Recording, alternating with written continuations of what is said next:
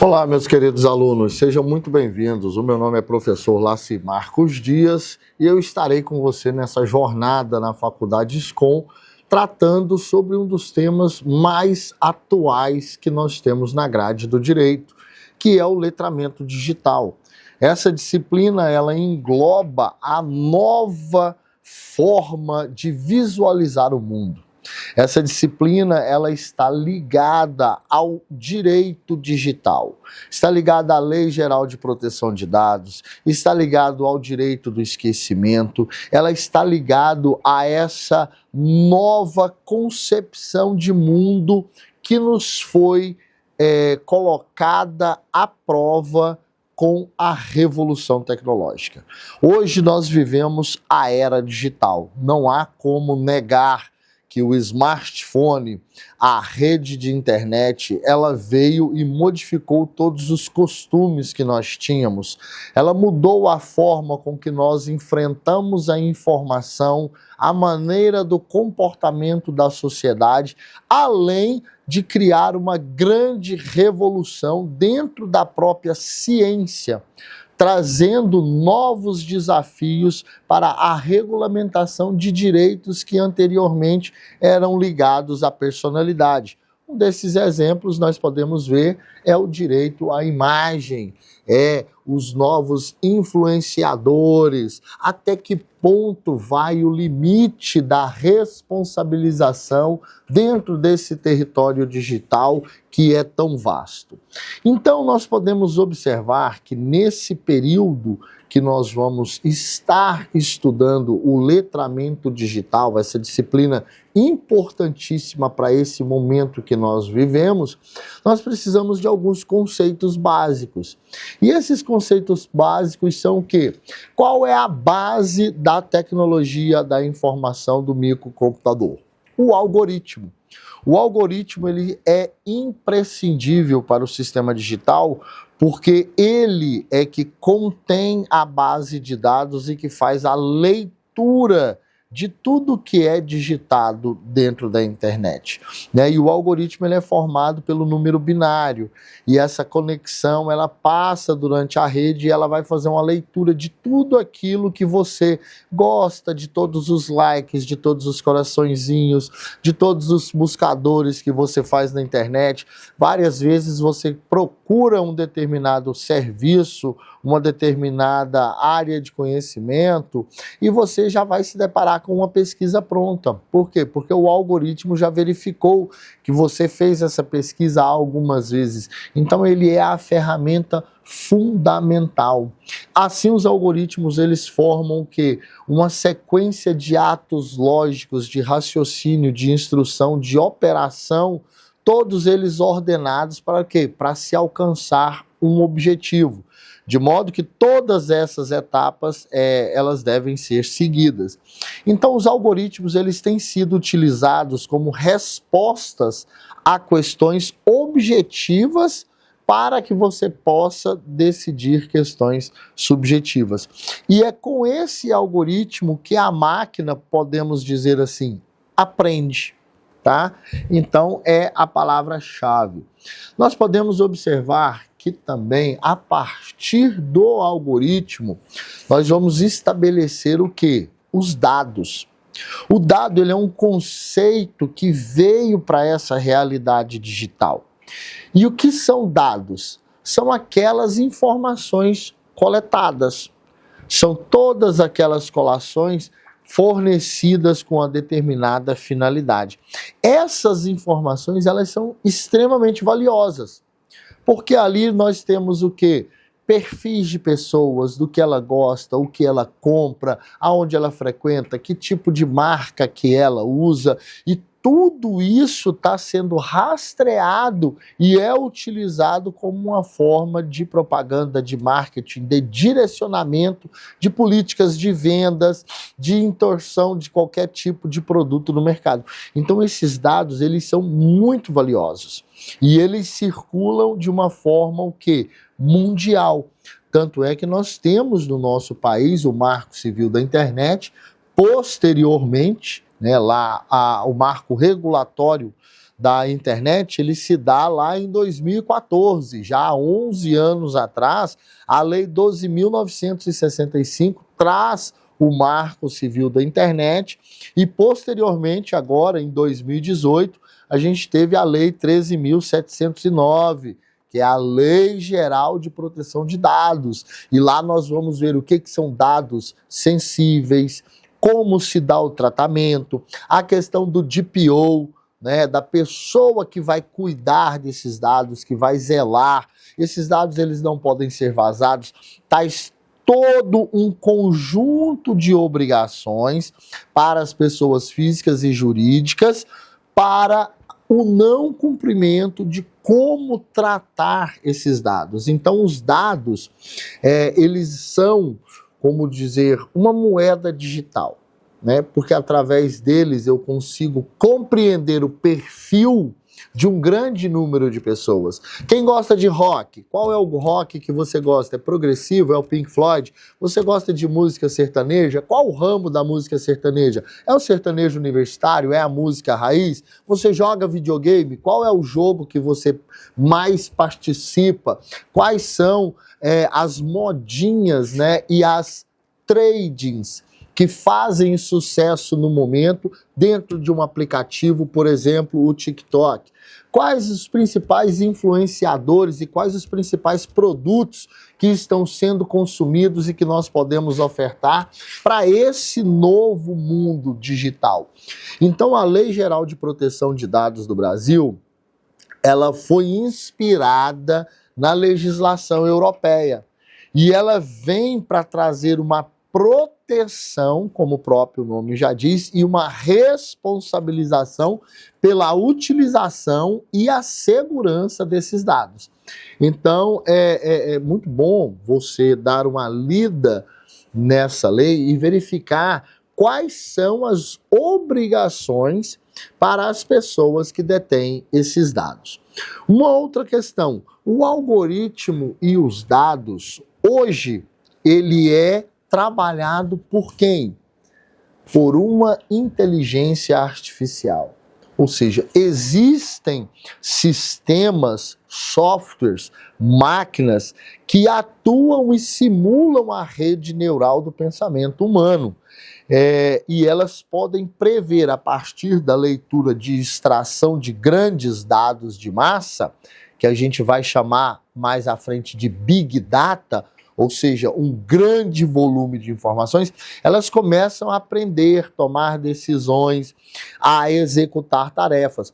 Hoje, no mundo jurídico, nós temos essas inteligências artificiais atuando nos tribunais, fazendo a verificação das condições da petição inicial, analisando jurisprudência, verificando se aquele pedido está em conformidade ou não com a hierarquia jurisprudencial, os recursos repetitivos, recursos especiais, ações diretas de inconstitucionalidade. Então nós temos diversos softwares, nós temos diversos sistemas de inteligência artificial trabalhando em prol de nós, advogados, de vocês, futuros advogados, futuros magistrados, futuros desembargadores, defensores públicos, da Receita Federal, na triagem de dados da Receita Federal, a declaração de imposto de renda, dentro dos sistemas fazendários que existem em todos os estados, na cobrança de impostos.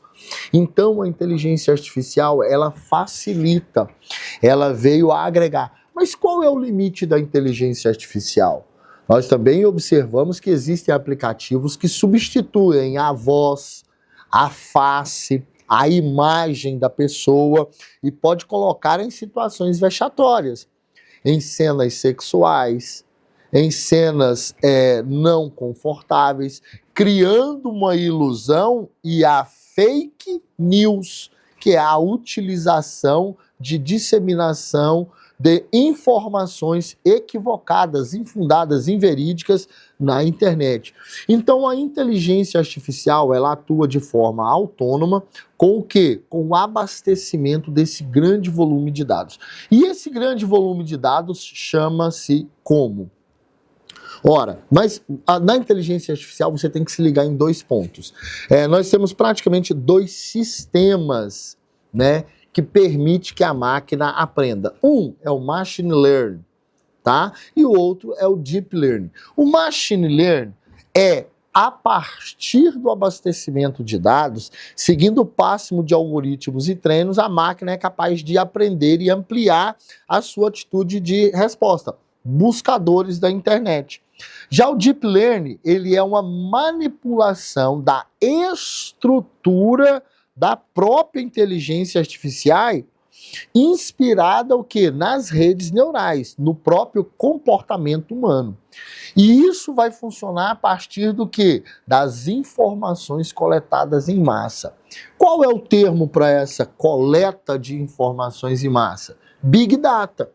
O Big Data, Hofmannsheim, ele traz lá na sua literatura, no seu livro, que o conceito de Big Data são os dados coletados e acumulados de forma não compreendida pela mente humana. Ou seja, são todos os dados que eu tenho. Eu quero pegar um time de futebol, quero conhecer a torcida do time de futebol.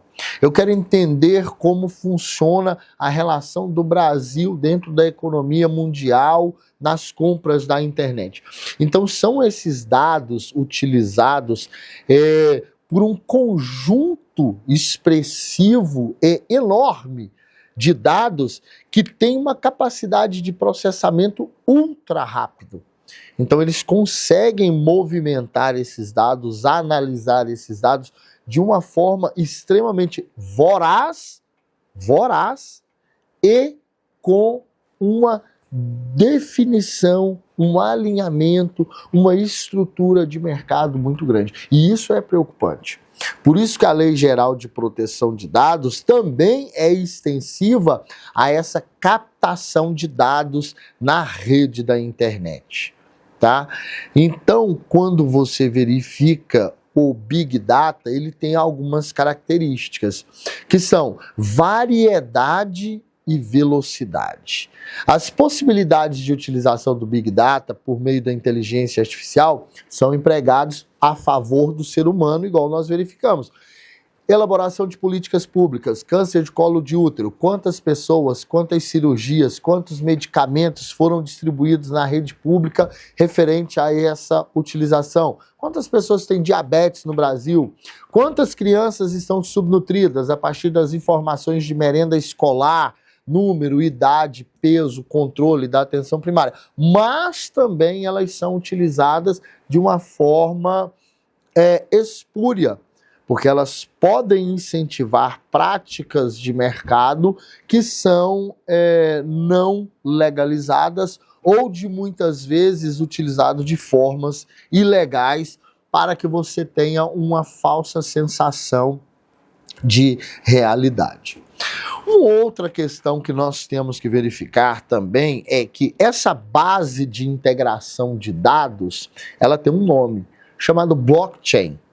Blockchain, segundo a ministra Nancy Andrighi, corresponde à base de armazenamento e registro de dados integralmente digital, na qual pode ser realizado negócios e operações financeiras por meio de um código computacional. Nós estamos falando aqui do início da criptomoeda, do dinheiro digital.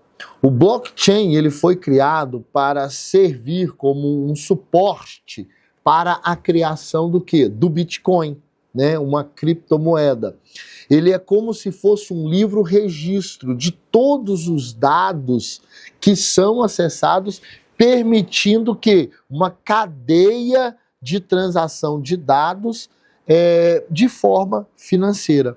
Então, aqueles que utilizam essa tecnologia de blockchain, eles visam a quê? A monitorar a execução de quê? Daqueles termos que já estão codificados dentro daquela estrutura financeira. Ora, então nós temos lá o início do algoritmo, depois nós temos os dados, depois nós temos a Big Data, que é a coleta desses dados, e nós passamos para uma movimentação financeira, ou seja, nós já temos uma estrutura formada aonde o cidadão está inserido. E a partir dessa velocidade digital, nós podemos verificar que também a sociedade se transformou digital. Você passou a fazer compras através da internet, você passou a adquirir, vender, modificar e alterar o negócio jurídico e a forma de aquisição de direitos pelo mundo digital. Então surge assim um conceito da cidadania digital. Entende-se como um cidadão digital aquele que consome dados, fornece dados e que tem a necessidade de ser observados os princípios da privacidade, da intimidade e da liberdade de expressão. Então, todos esses conceitos que se aplicam à pessoa natural se aplicam também à pessoa virtual. Porque quando você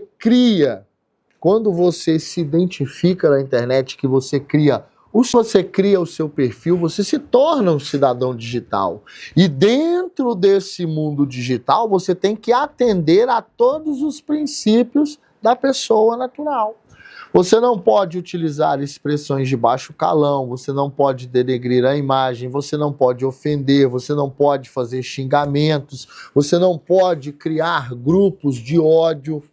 Tudo isso que é ligado a direitos pessoais, extrapatrimoniais, ligados à personalidade, também são aplicados no mundo digital. E essas questões, elas estão muito em voga, porque a internet, ela coloca as informações em circulação de uma forma muito rápida. Mas e o esquecimento? Existe alguma forma de sobrepor essa informação para que ela não seja tida perpetuamente? Ora, uma das questões mais intrínsecas hoje é que o direito ao esquecimento ele está ligado diretamente à questão da personalidade. E ele vem sendo discutido muito fortemente dentro do Brasil. E esse direito, ele consiste no quê? Na possibilidade de se requerer judicialmente a exclusão de algum fato ocorrido no passado, da própria rede mundial de computadores, da notícia, por já ter se transcorrido diversos anos e aquela notícia ainda está lá. Isso é possível? Isso não é possível? Esses fatos, eles foram verdadeiros? Ou são somente quaisquer fatos aleatórios ou, digamos assim, mentirosos que podem ser retirados de circulação? Essa é uma questão para você verificar.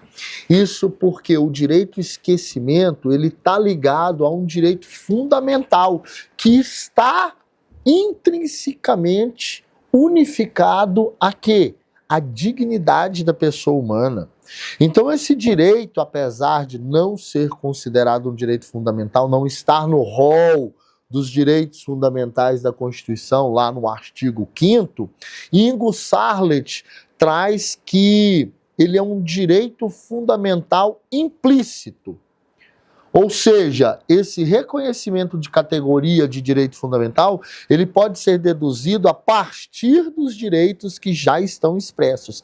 E nesse sentido, o STJ já reconheceu o direito ao esquecimento como sendo um direito fundamental e ligado aos direitos da personalidade.